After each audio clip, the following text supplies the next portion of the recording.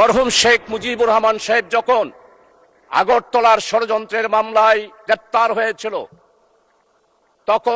তখনকার জামাত ইসলামী পাকিস্তান ডেমোক্রেটিক মুভমেন্টের মাধ্যমে মরহুম শেখ মুজিবুর রহমানকে আগরতলার ষড়যন্ত্র মামলা থেকে মুক্তির জন্য জামাত ইসলামী আন্দোলন করেছিল।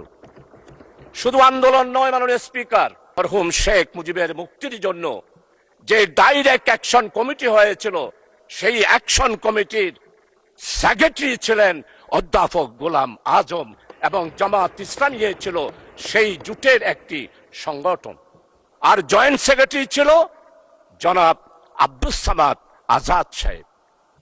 মরহুম শেখ মুজিবুর রহমানের আগরতলা ষড়যন্ত্রের মামলা থেকে মুক্তির জন্য সবচেয়ে বেশি অর্থ যোগান দিয়েছিল তৎকালীন পাকিস্তান আমলে জামাত ইসলামী মাননীয় স্পিকার।